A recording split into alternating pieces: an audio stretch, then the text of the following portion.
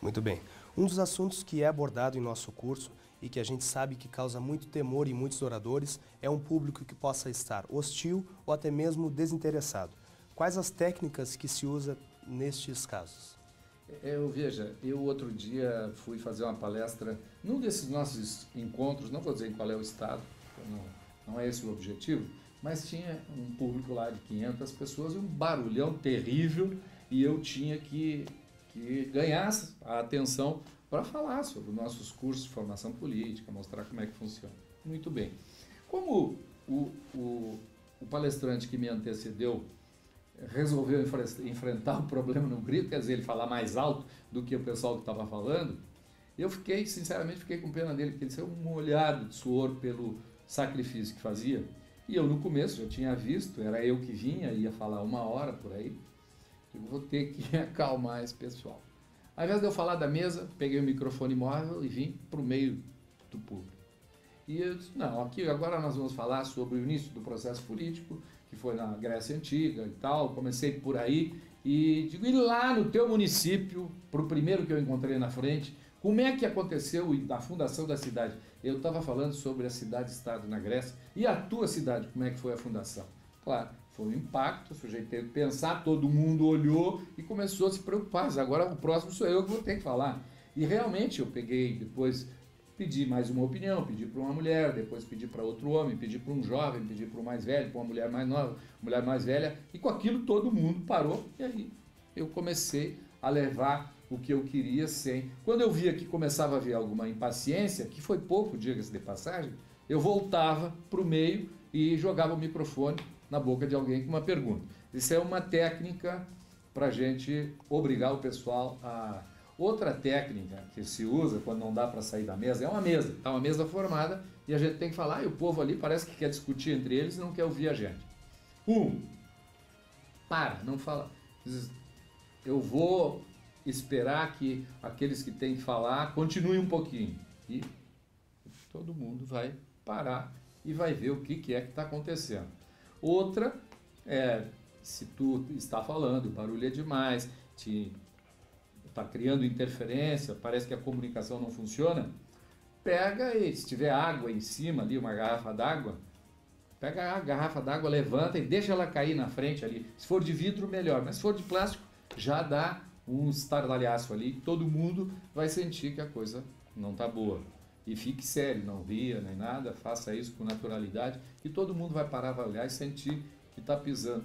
Tem várias formas da gente prender o pessoal. Quer dizer, é possível e dá. Agora, isso é com um pouco de experiência e um pouco de ousadia, um pouco de coragem, que a gente impõe a respeito pelos gestos da gente, né? Quem vai falar, quando a gente não está falando e está todo mundo conversando, é uma maior descontração. Chegou a hora de falar, aí formalismo, né? Pegar e ficar firme, nada de muito riso, muito gesto de mão e tal, agir como para ganhar respeito, impor a autoridade. Depois a coisa acontece, você sabe como é que a gente faz isso, né? Ótimo. Nós estamos vendo na prática, com um exemplo vivo, aquilo que nós viemos agora explanando em nosso curso, de forma teórica ou até mesmo lúdica. Então, para finalizarmos, doutor, qual um orador ou oradores que o senhor tem como exemplo e por quê? Veja, vocês devem imaginar que eu devo ter que saber como falar, né? Político, a primeira arma que a gente tem, vamos deixar a arma fora, né? Então, a qualidade maior que o político tem que ter é a comunicação. Velho chacrinha lá, né? Quem não se comunica, se trumbica, né? Não vai andar. Então, o político, mais do que tudo, a arma dele, a força maior, a qualidade primeira dele, tem que ser a comunicação. Muito bem. Modelos de comunicação varia em razão do público, em razão da faixa etária. Então, se eu dissesse, não, este político é o cara ideal. Não, vamos a algumas regras que a gente depois constrói o modelo para uma pessoa. Nós vamos ver que ninguém é completo, né?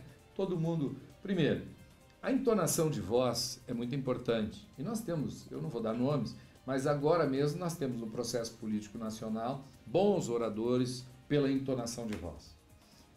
Conhecimento sobre o que vai se falar é mais importante que a entonação de voz. Se sujeito vai se meter a falar, eu não vou dar nome de ninguém, mas pensem dos personagens da política brasileira. Tem um que, se ele quiser falar sobre educação, sobre leitura, sobre não sei o que, com um discurso sério, ninguém vai levar ele a sério. Por quê? Porque ele não é do perfil dele. Então, tem que adequar o perfil, a entonação de voz, ao conhecimento que a pessoa tem sobre o que vai falar. Senão ele vai ser um grande ator, mas ele tanto pode estar falando para o bem como para o mal, que é tudo a mesma coisa. Fala, os gestos são os mesmos, a voz é a mesma, e o que ele está dizendo, ninguém vai guardar é a imagem, vai guardar a gesticulação, talvez guarde até som, mas não guarda a ideia. E o que interessa na comunicação do político é a ideia. Porque às vezes a gente vê muito aí nessas reuniões políticas ou comícios, tem alguns oradores que parecem brilhantes, falam, que barbaridade, aí depois termina a reunião e tu vai embora, mas que foi mesmo? Qual é a mensagem que essa pessoa deixou? O que foi que ele disse? Nada, nada. Gesticulou muito, falou alto, gritou e ninguém viu. Então, tenha o conhecimento, tenha a voz e tenha o gesto. Vamos falar de dois políticos que foram grandes oradores no Brasil e que eu, jovem, vocês então talvez nem eram nascidos, vocês, né? Mas eu ainda jovem parava para ouvir. Eu faço questão de ir bastante para trás para não criar constrangimento. Se eu falar bem do A, o B fica com o beicinho grande, se falar do C, o outro esqueceu de mim. Então vou pegar os discursos do Paulo Brossard de Souza Pinto e do Jarbas Passarinho, os dois senadores. O Paulo Brossard, sendo do MDB, senador do MDB, e o Jarbas Passarinho, senador defendendo a ditadura militar. Logo, o Brossard do MDB, obviamente, ele estava lá combatendo a ditadura, queria saber da abertura democrática, mas eram grandes discursos, sob o ponto de vista do conhecimento, Paulo Brossard, Jarbas Passarinho, eram grandes discursos sob o ponto de vista da voz, da entonação de voz, eram grandes discursos sobre o tema e sobre a gesticulação correspondente, quer dizer, haviam gestos correspondentes aos temas que estavam sendo discutidos, e aí então a gente tinha um orador ou vários oradores, no caso eu falei de dois, que faziam a gente parar para ouvir. Ah, mas eu não concordava com nenhum dos dois estava falando, isso não interessa, nós queremos saber se o cara é bom orador ou não, se ele comunica ou não, tanto comunica que deu para discordar. Então, quando a gente consegue discordar é porque o cara comunicou. Então, o segredo, para terminar, não tem modelo, né? Não tem modelo por quê? Porque varia em função do público e varia em função da mensagem que tu quer levar. O orador que é estereotipado, vocês vão ver que determinados tipos, ele não interessa sobre o que ele vai falar, ele tem... Eu conheci, não vou aqui também revelar quem, né? Mas eu conheci um deputado estadual que ele sempre terminava o discurso dele chorando. Sempre. Não interessava o que ele falava. Se ele ia falar num velório, terminava chorando. Se ele ia falar numa festa, ele terminava chorando. Se ele ia num casamento também, ele terminava chorando. Por quê? Porque a técnica de oratória dele era chorar ao final para ver se comovia as pessoas. Uma técnica respeitável, sob o ponto de vista dele. Eu, pessoalmente, penso que a oratória é um negócio um pouco diferente. Então, depende da circunstância, depende qual é a mensagem que a gente quer levar, depende se é em período de campanha eleitoral ou não é em período de campanha eleitoral. O orador, ele não pode, isso é importante para vocês, vocês não podem fazer durante a campanha aquilo que vocês não fazem na vida, senão dá ideia de falsidade, dá ideia de pouca autenticidade.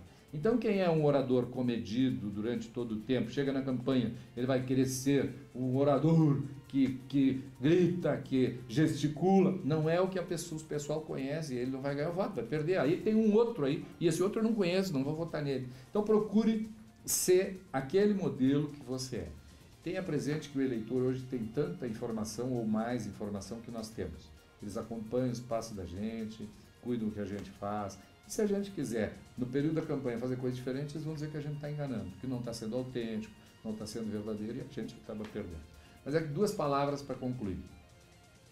O nosso curso todo, preparatório de candidatos a vereador, vice-prefeito, prefeito, é muito importante, importantíssimo. Mas essa questão da oratória, olha só, eu acho que é mais importante. Por quê? Porque a comunicação, não adianta a gente saber tudo e não conseguir comunicar. Eu sei tudo e não abro a boca. O que serviu para a política? Política é a ciência de ensinar as pessoas a serem felizes, ou então de ajudar a construir a felicidade daqueles que vivem na comunidade. Sem falar, não se faz isso. É fundamentalmente a partir do verbo, a partir da oratória, a partir das palavras. Portanto, aprendam, prestem atenção. Os nossos professores são bons, eu posso dar testemunho, conheço, são bons. Procurem seguir os conselhos deles. E essas referências que eu faço aqui, guardem algumas, porque lá se vão. Olha o Martim Fierro, né? A gente aprende na estrada. E eu já andei muito.